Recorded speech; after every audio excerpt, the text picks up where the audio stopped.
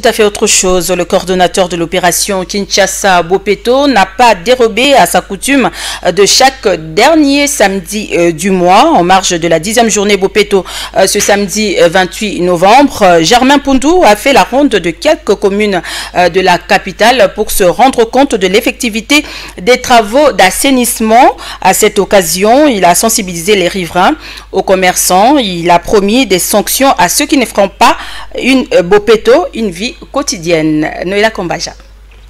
Kinshasa a vibré ce samedi 28 novembre 2020 au rythme de la 10e journée Bopeto. De 8h à 11h dans les 24 communes, les travaux d'assainissement et d'écurage de caniveaux étaient au rendez-vous. Pour s'en rendre compte, le coordonnateur de Kinshasa Bopeto a effectué des visites surprises dans les coins et recoins de certaines communes. Aux premières heures, Germain Poundou va se pointer au Vélodrome. Ici, accompagné de l'autorité municipale, il va prêcher par l'exemple en donnant des coups de balai. Même exercice dans les communes de Kitambo et Ngaliema. Alors que certains sont dans le bain de la 10e journée Bopeto, d'autres se donnent le luxe d'exercer leur petit commerce. C'est le cas des sirères au rond-point Kitambo, qui se sont vus dispersés par Germain Poundou.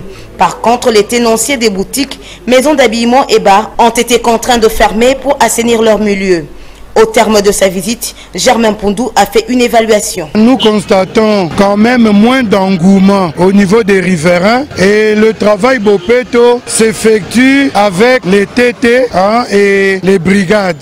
Il faudrait que les bourgmestres, les chefs des quartiers, les chefs de rue s'engagent totalement dans la mobilisation. Le coordonnateur de Kinshasa Bopeto appelle la population quinoise à faire de cette opération une vie et promet des sanctions aux contrevenants. Kinshasa Bopeto est une affaire de tout le monde. Les sanctions sont inscrites dans les 10-003 du 9 septembre 2013 et nous demandons à ce que tous les protagonistes Bopeto, notamment les coordonnateurs, avec en tête les inspecteurs de l'environnement, qui fassent maintenant cet effort-là de passer à la coercition. Porteur de la vision du gouverneur, Germain Poundou ne ménagera aucun effort pour faire de Kinshasa Bopeto une réalité. Notons par ailleurs que la 10e journée Bopeto a connu la participation des bourgmestres, des autorités congolaises, des équipes communales Bopeto, ainsi que des partenaires de la ville-province de Kinshasa.